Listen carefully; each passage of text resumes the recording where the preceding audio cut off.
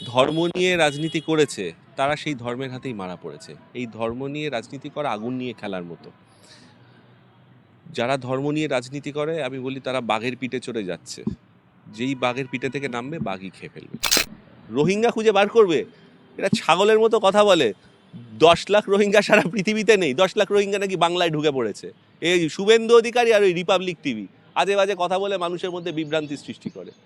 যুক্তরাষ্ট্রীয় কাঠামো থাকলো কোথায়, সেটাকে সরিয়ে দিতে চাইছে, সেটা পরিষ্কারভাবে বলুক যে এখানে হিটলার শাসন চালাতে চায়।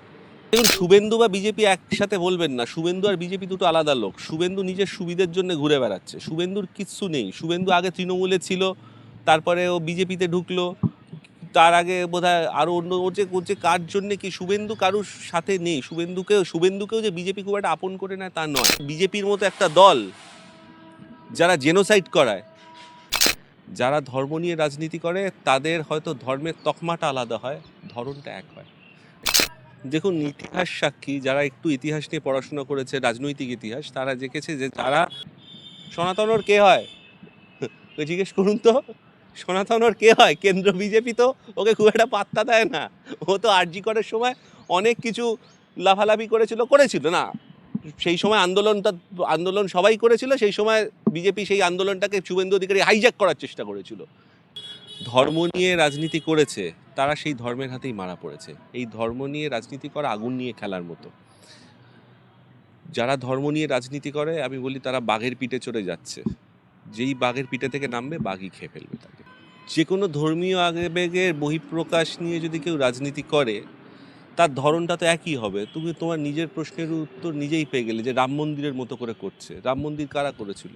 বিজেপি করেছিল, বিজেপিদের মতো করেই করছে। যারা ধর্ম নিয়ে রাজনীতি করে তাদের হয়তো ধর্মের তকমাটা আলাদা হয়, ধরনটা এক হয়, এবং তাদের ধরনটাও এক হয়, এবং তাদের মোটিভটাও এক হয়। সংখ্যালঘুদের উদ্দেশ্যে একটা কথা বলবো, যে সংখ্যালঘুদের অধিকার সংবিধানে সুরক্ষিত আছে।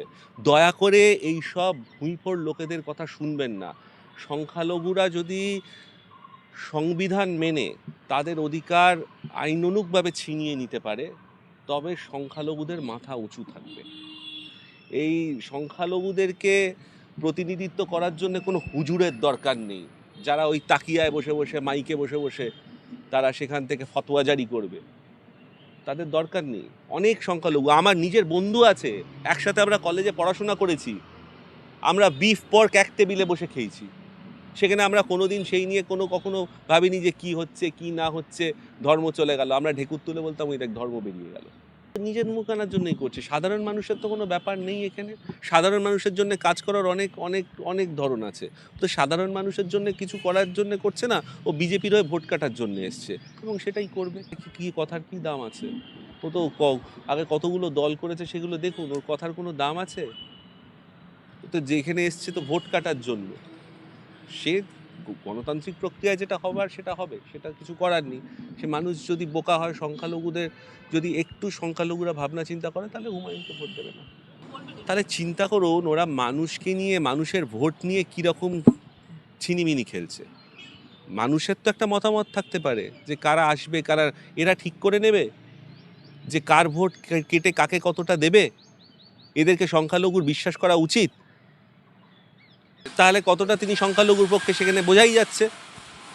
যে এই কথাটা বলতে পারে যে বিজেপি আমাকে মুখ্যমন্ত্রীর মুখ করলে আমি বিজেপির সাথে চলে যাব, যে একটা বিজেপির মতো একটা দল যারা জেনোসাইড করায়, এরকম একটা দলের সাথে চলে যাবে, সে তাহলে কতটা সংখ্যালঘুদের জন্য ভাবে, তাহলে বুঝুন। তো ক্ষমতালোভী একটা মানুষ নিজে মুখ্যমন্ত্রী হবে, বা নিজে একটা কিছু ক্ষমতায় আসার জন্য, বা নিজে একটা সমীকরণের খুব ইম্পর্টেন্ট জায়গা নেওয়ার জন্য এগুলো করছে। সনাতনর কে হয়? ওকে জিজ্ঞেস করুন তো, সনাতনর কে হয়? কেন্দ্র বিজেপি তো ওকে খুব একটা পাত্তা দেয় না। ও তো আরজি করার সময় অনেক কিছু লাফালাফি করেছিল না, সেই সময় আন্দোলন সবাই করেছিল। সেই সময় বিজেপি সেই আন্দোলনটাকে শুভেন্দু অধিকারী হাইজ্যাক করার চেষ্টা করেছিল। কেন্দ্র বিজেপির কাছ থেকে তো কোনো সাপোর্ট পাইনি। সনাতন নাকি আবার আসবে, রোহিঙ্গা খুঁজে বার করবে, এটা ছাগলের মতো কথা বলে। 10 লাখ রোহিঙ্গা সারা পৃথিবীতে নেই, 10 লাখ রোহিঙ্গা নাকি বাংলায় ঢুকে পড়েছে। এই শুভেন্দু অধিকারী আর ওই রিপাবলিক টিভি আজে বাজে কথা বলে মানুষের মধ্যে বিভ্রান্তি সৃষ্টি করে। এগুলোর কোনো প্রাসঙ্গিকতা নেই। এগুলো রাজনৈতিকভাবে কোনো প্রাসঙ্গিক নয়। শুভেন্দু অধিকারীও প্রাসঙ্গিক নয়। আমরা একটা খুব সঙ্গীন সময়ের মধ্যে দিয়ে যাচ্ছি। এসআইআর প্রক্রিয়াটা যথেষ্ট একটি সঙ্গীন পদক্ষেপ, এবং শুধু ঝাড়াই বাছাই তো হচ্ছে না, তার সাথে আরও অনেক কিছু হচ্ছে। সুপ্রিম কোর্টের এজলাসে সেটা চ্যালেঞ্জের মুখে আছে। দেখা যাক সেটা তাতে কি হয়, তার উপর অনেক কিছু নির্ধারণ করবে। দেখুন, শুভেন্দু বা বিজেপি একসাথে বলবেন না। শুভেন্দু আর বিজেপি দুটো আলাদা লোক। শুভেন্দু নিজের সুবিধের জন্য ঘুরে বেড়াচ্ছে। শুভেন্দুর কিচ্ছু নেই। শুভেন্দু আগে তৃণমূলে ছিল, তারপরে ও বিজেপিতে ঢুকলো, তার আগে বোধহয় আরো অন্য ওর যে কার জন্য কি, শুভেন্দু কারুর সাথে নেই। শুভেন্দুকেও যে বিজেপি খুব একটা আপন করে নেয় তা নয়। তাহলে কি এবার ভেঙ্গা বের করতে তাই তো পারবে? দাঁড়াচ্ছে, ঠিকই তো তাই তো দাঁড়াচ্ছে। এসআইআর প্রক্রিয়ার পরে তারপরে আবার তারা নিজেরা ক্ষমতায় আসবে বলছে। দেখুন, সব জায়গায় আমরা তো দেখি তো, খবরগুলো দেখি তো, যেখানে যেখানে ডবল ইঞ্জিন সরকার সেখানে সেখানে কি হচ্ছে। বলে না ডবল ইঞ্জিন সরকার, ডবল ইঞ্জিন সরকার মানে কি, কেন্দ্রেও যে দল রাজ্যেও সেই দল। তাহলে আর